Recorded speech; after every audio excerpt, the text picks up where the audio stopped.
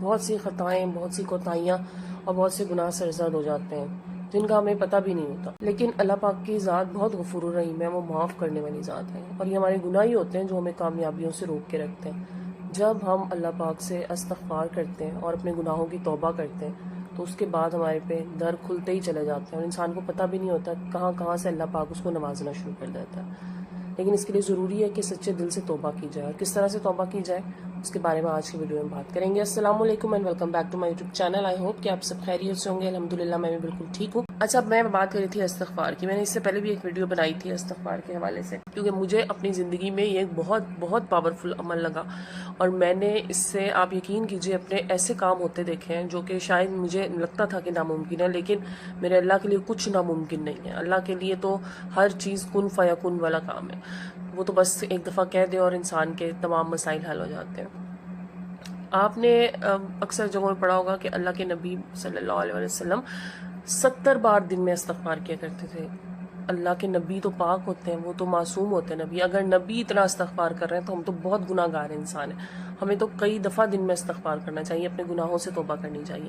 اور یقین کیجئے کہ اگر آپ نے استغفار کو اپنی عادت بنا لیا ہے، آپ استغفار کرتے ہیں، تو آپ اللہ کے چنے ہوئے خوش نصیب بندوں میں ہو جاتے ہیں، کیونکہ استغفار کی اہمیت، فضیلت اتنی ہے کہ آپ کے سوچ سے بھی کہیں زیادہ۔ اور یہ وہ آپ سمجھ لیں کہ اللہ تعالیٰ کا انعام و کرم ہے جو ہر انسان اس کو نہیں وہاں تک پہنچ پا رہا ہوتا۔ ہر ایک کو پتہ ہے نا کہ استغفار کرنی ہے، ہر ایک کو پتہ ہے کہ گناہوں سے توبہ کرنی ہے، لیکن ہر بندہ نہیں کر پا رہا کیونکہ اس کو اللہ کی طرف سے ابھی وہ ملا ہی نہیں ایسا انعام۔ تو یہ چیز ہے کہ اگر آپ استغفار کرنے شروع کر دیا آپ نے، تو آپ کی طرف اللہ کا کرم ہو چکا ہے۔ اب آپ نے کس طرح سے استغفار کرنی ہے، کتنی بار کرنی ہے، وہ میں آپ کو ویڈیو میں بتاؤں گی، لیکن اس سے پہلے میں آپ کو بتاؤں کہ اس کے کتنے فائدے ہیں جو ہم لوگ شاید نیگلیکٹ کر جاتے ہیں۔ دیکھیں، استغفار کی اتنی پاور ہے کہ اگر آپ کو چاہیے نا زندگی میں مال، دولت، اولاد، پیسہ، تو یہ سب چیزیں جو ہے نا، یہ استغفار کی بدولت ہے۔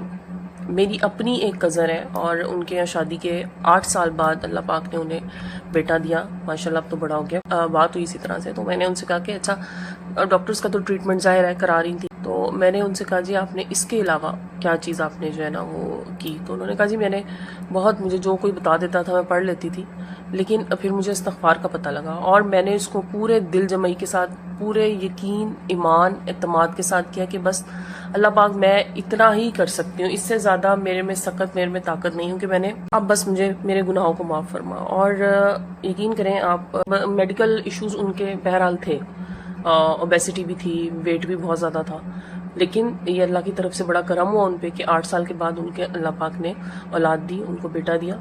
تو کہتے ہیں کہ اگر آپ کو بیٹوں کی بھی خواہش ہے، دیکھیں میں اس بات کو برا نہیں سمجھتی، لوگ کہتے ہیں نا آج کل ایک تو سوشل میڈیا نے ہر چیز کو اتنا زیادہ پتہ نہیں لوگ کیوں باؤنڈ کر دیا ہے۔ بیٹے کی خواہش ہونا ہے، بیٹی کی خواہش ہونا ہے، فطری عمل ہے۔ آپ کو کسی کی بھی خواہش ہے، ظاہر ہے دونوں چیزیں اللہ پاک نے بنائی ہیں، انسان کو دونوں کی خواہش ہوتی ہے، جس کے پاس بیٹے نہیں ہیں اس کو بیٹے کی خواہش ہوگی، جس کے پاس بیٹیاں نہیں ہیں ان کو بیٹیوں کی خواہش ہوگی۔ تو اگر آپ کو بیٹے کی خواہش ہے تو اس کے لیے یہ بڑا مجرب عمل ہے کہ آپ استغفار کیجئے، اپنے گناہوں سے توبہ کیجئے۔ آپ یقین کریں گے کہ اللہ پاک آپ کو ضرور نوازے گا، لیکن بات وہی ہوتی ہے کہ ہر چیز کا ایک وقت ہوتا ہے، ایک ٹائم اللہ پاک کی طرف سے مقرر ہے۔ ہم ٹائم سے پہلے جو ہے نا، ہم کیا کرتے ہیں، ہم انسان جو ہے نا وہ یہ سوچ لیتے ہیں کہ بس اب یہ ہمیں نہیں ملنے والا، ہم نے اپنی طرف سے کوشش کر لی، ہم نے 1 مہینہ پڑھ لیا، 2 مہینہ پڑھ لیا، اب کچھ نہیں ہو رہا، بس ہم چھوڑ کے ڈسہارٹ ہو جاتے ہیں۔ ایسا نہیں ہے، چیز کو جو آپ کر رہے ہیں، جو عمل آپ کر رہے ہیں، اس کو آپ نے اب کرتے ہی رہنا ہے تاکہ اللہ کا کرم فضل آپ پہ ہوتا ہی جائے۔ اچھا بتاتی ہوں آپ نے پڑھنا کس طرح سے۔ دیکھیں اکثر ویڈیوز آپ نے دیکھی ہوں گی، اس میں آ رہا ہوتا ہے آپ 2000 بار ڈیلی پڑھ لیں، 3000 بار پڑھ لیں، 5000، 7000، جس طرح سے بھی ہے۔ اب سب سے پہلی بات تو یہ کہ میں جو بات مجھے پرسنلی میں یہ کہتی ہوں کہ اللہ کے کلام کی کوئی لمٹ نہیں ہوتی، آپ چلتے پھرتے اٹھتے بیٹھتے جب آپ کو یاد آئے آپ کے ذہن میں آپ استغفار کرتی جائیں، ٹھیک ہے۔ لیکن اگر آپ ایک اسپیسیفک اماؤنٹ اس کی رکھ لیتے ہیں، ایک اسپیسیفک تعداد آپ نے رکھنی ہے، تو اس کو کس طرح سے ڈیوائڈ کرنا ہے وہ بتاتی ہوں۔ اچھا اب استغفار بتاتی ہوں آپ نے کون۔ دیکھیں سب سے چھوٹا استغفار جو ہے نا، جو بڑی آسانی سے آپ کر سکتی ہیں، اگر آپ نے وہ ہزاروں کی تعداد میں کرنا ہے یا آپ چلتے پھرتے کریے، صرف استغفر اللہ، استغفر اللہ، استغفر اللہ، استغفر اللہ، یہ پڑھتے جائیں، ٹھیک ہے۔ اس کے بعد آگے سعید الاستغفار بھی ہے، بڑے استغفار ہیں، وہ جس طرح سے آپ اس کو کرنا چاہیں، مطلب اگر آپ اس کو اتنا ٹائم دے سکتی ہیں اچھی بات ہے، آپ اس طرح سے کر لیجیے. لیکن بہرحال ہم گھریلو خواتین کے گھر میں اور اتنے کام چل رہے ہوتے ہیں، تو بجائے اس کے کہ آپ نہ کریں، بہتر ہے آپ چھوٹا والا استغفار کرتے جائیں. اچھا، اب اسپیسیفک تعداد کے بارے میں بتاؤں، وہ آپ کی اپنی مرضی ہے. لیٹ سے کہ اگر آپ نے 5000 بار کر لیا، 7000 بار، کیونکہ 7000 کا لوگوں نے بہت زیادہ اس میں کہا ہوتا ہے کہ اس سے بڑے فائدے. اچھا، اس کے لیے نا ایک آسان سی ترکیب ہے، آپ اس کو ڈیوائڈ کر لیجئے 5 نمازوں کے ساتھ، کہ آپ نے ہر نماز کے بعد کتنا پڑھنا ہے اپنی آسانی کے مطابق. 1500 بار اگر ہر نماز کے بعد آپ کر لیں تو عشاء کے ٹائم میں آپ کا 1000 دفعہ بچے گا. تو اس طرح سے آپ اسے ڈیوائڈ کر لیجئے. اچھا، اول و آخر آپ 11 بار درود ابراہیمی پڑھ لیں، ٹھیک ہے. اور دیکھیں جب آپ اول و آخر 11 بار درود ابراہیمی پڑھیں گے نا، تو پھر جب آپ نے 5 نمازوں میں ڈیوائڈ کیا ہوگا تو آپ کی درود ابراہیمی کی تعداد بھی ماشاءاللہ اچھی خاصی ہو جائے گی. تو دیکھیں ڈبل فائدے ہوگا. اچھا، اگر آپ ایک ہی سٹنگ میں پڑھنا چاہ رہے ہیں تو وہ آپ کی مرضی ہے، آپ ایک سٹنگ میں پڑھیں، لیکن 5 سٹنگ میں 5 نمازوں کے ساتھ پڑھنے کا فائدہ یہ ہوگا کہ آپ کا درود ابراہیمی بھی زیادہ ہو جائے گا. اور ساتھ ہی ساتھ دیکھیں نماز کی پابندی تو بہت ضروری ہے، تو وہ بھی آپ کی پابندی سے ہوگی، کیونکہ آپ کو پتا ہوگا ساتھ میں نے اپنا یہ استغفار بھی کرتے جانا ہے. تو اس طرح سے آپ کر لیجئے. اچھا، یہ تو ہو گیا ڈویژن کے متعلق نا.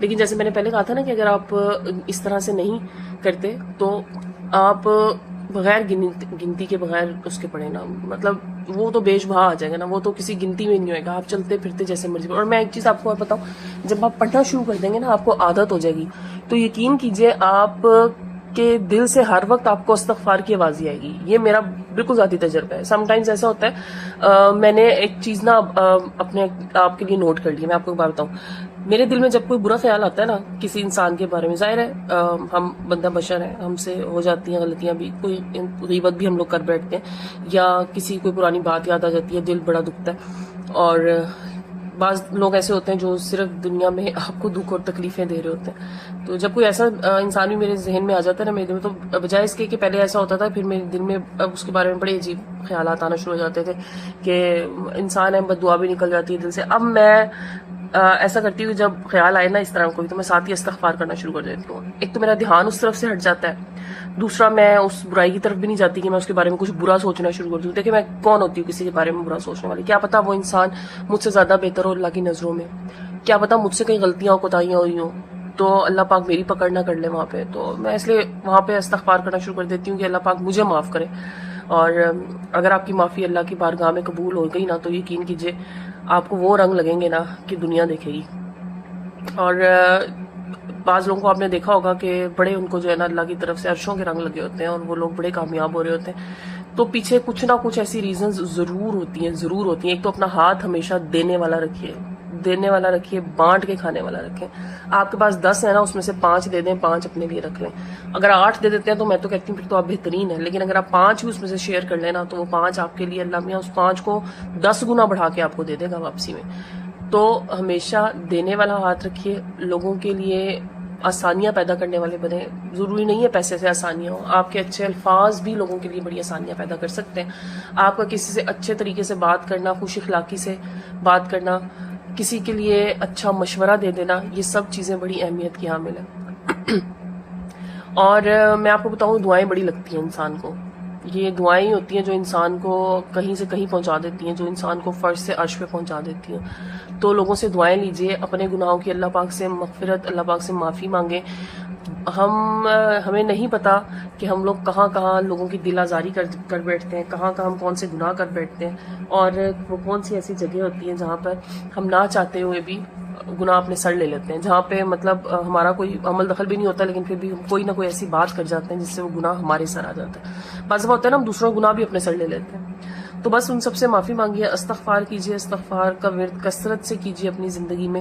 کرنی تھی، آئی ہوپ آپ لوگوں کو پسند آئے گی. تو چلے جناب، کل انشاءاللہ نئے ٹاپک، نئے ویڈیو کے ساتھ آئیں گے. جب تک کے لیے اپنا بہت سا خیال رکھیے گا. ٹیک کیئر اینڈ اللہ حافظ.